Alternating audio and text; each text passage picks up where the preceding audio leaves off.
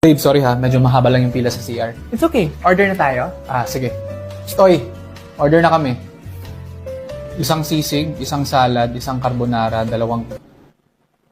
Hindi mo ba isusulat yung order ko? Sige lang po. Magaling naman po ako sa listening skills at saka sa memorization skills. O sige nga, ulitin mo lahat. Babe, Hindi, nagmamagaling eh.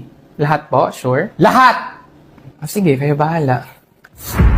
5 minutes ago, dumating kayo sa restaurant na to, tapos dumiretso na kayo sa table ninyo. Pero nag-excuse muna si sir sa inyo, ma'am, kasi sabi niya na magsi-CR siya.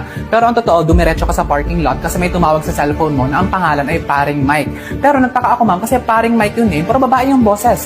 Ang sabi ng babae sa phone, Love, saan ka na? Tapos sabi niya po, Love, nakipag-meet lang ako sa ex ko for closure. Tapos ang sabi po ng babae sa phone, Okay, Love, please don't forget about our dinner later. Tapos binaba niya na po yung phone, pumasok siya dito sa restaurant, tinawag niya ako, tapos umorder siya ng isang sisig, isang salad, isang carbonara, at saka dalawang kanin. Oh, di ba sir, sinabi ko na sa'yo na level up talaga yung memorization at saka listening skills ko. Ano ka ngayon?